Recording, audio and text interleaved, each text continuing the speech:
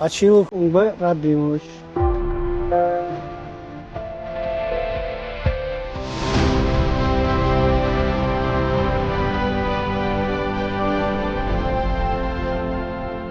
Kasbga qiziqqanim, Ingichka posyolkamizda fabrikalar bor edi, shaxtalar bor edi. Men havas qilardim fabrikada ishlashni.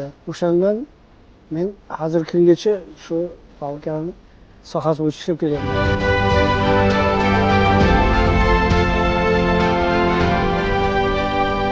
Fabrikamiz texnogen chiqindilar bo'yicha volfram miqdori bor chiqindilardan volfram konsentrati ajratib olish. Men ularni jarayonni ketishini to'liq nazorat qilaman. Kadrlarni tayyorlayman, o'rgataman, ham jarayonni kuzatishda yaxshi natijalarga erishishga harakat qilaman. Ingichka boyitish fabrikasida masterlikdan boshlaganman. Texnik rahbar bo'lib ishlaganman shu fabrikada. Undan keyin fabrikani boshlig'i bo'lganman. Shu jarayonda O'zbekiston geologiya sohasida topilgan konlarni to'liq texnologik jarayonlarni yaratganmiz. Bizlarning ekspeditsiya xizmati bilan ko'p joylarda yangi fabrikalar qurilgan, chet elda. Men bu sohaga qiziqqanim bolalik davridan. Shu ingichkalik bo'lganim uchun Ingichkada shaxta fabrikalar ishlagan. Men maqsadim fabrika bo'yicha ishlash edi. Havas qilganman, shu bilan o'qidim, shu soha bo'yicha ishlab kelyapman. Masalalarni, texnik nosozliklarni o'zim praktikam bilan, kitob bilan, kadrlar bilan maslahatlashgan holda hal qilaman. Gravitatsion metodda ham shu fabrikani ochilishiga meni o'zim hissam bor. Men buni 96-yildan boshlaganman. Shu texnologiyani. O'shandan keyin rivojlantirib, hozir fabrika qurildi. Yangi ish boshlagan texnologlarga teoriya bilan praktikani birgalikda olib, ustozlar o'rgatgan yo'li bilan borish kerak. Bir joyda to'xtab qolmaslik kerak. Hamisha shu yangi chiqayotgan texnologiyalar bilan tanishib borish kerak. Shu soha bo'yicha o'ziga yarasha ijod qilish kerak-da.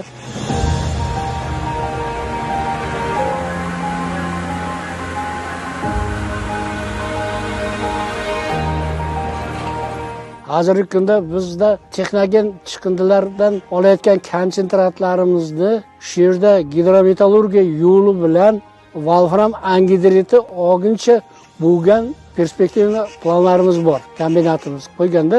Kelajakda bu texnogen otqotlar ham o'z chegarasi bilan yangi shaxtalar ochiladi. Yangi shaxtalarga yangi fabrika ham quriladi. Bu degani kelajakda Ingichka posyolkamizda xalqi ish bilan ta'minlanadi. Vatanimizga kerak bo'lgan volfram metallni yetkazib berishga Ingichkaning o'ziga yarasha hissasi bo'ladi.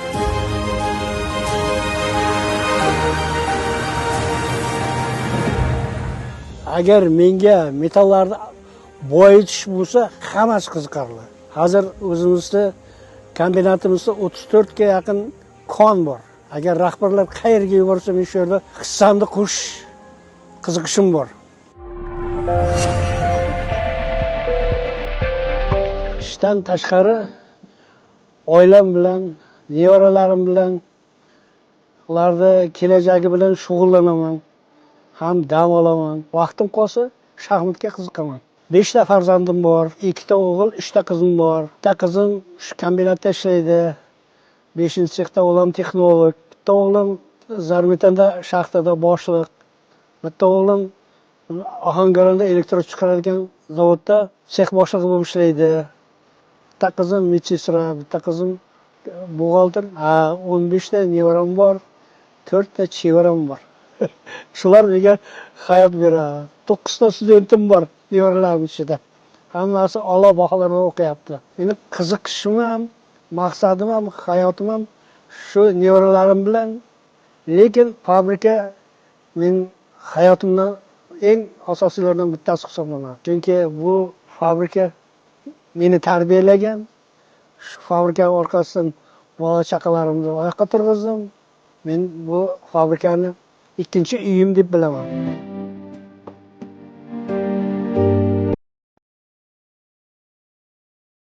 omadga erishish uchun doim harakatda bo'lish kerak. Omad o'zidan o'zi kelib qolmaydi. Harakat qilsangiz, birini intilsangiz, shuni natijasi omad bo'lib chiqadi.